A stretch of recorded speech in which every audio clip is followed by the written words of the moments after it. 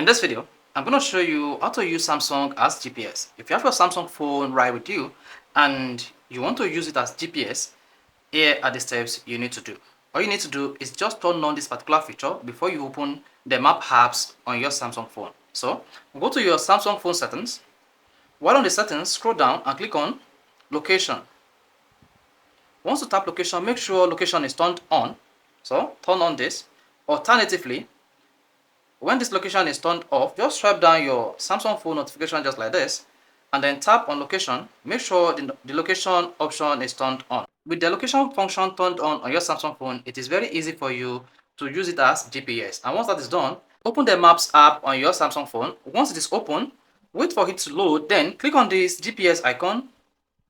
Now this allows you to use your Samsung phone as GPS. So with this, you can easily use your Samsung phone as GPS. However, for quick and easy use, you want to make sure you set your location and say location accuracy is low.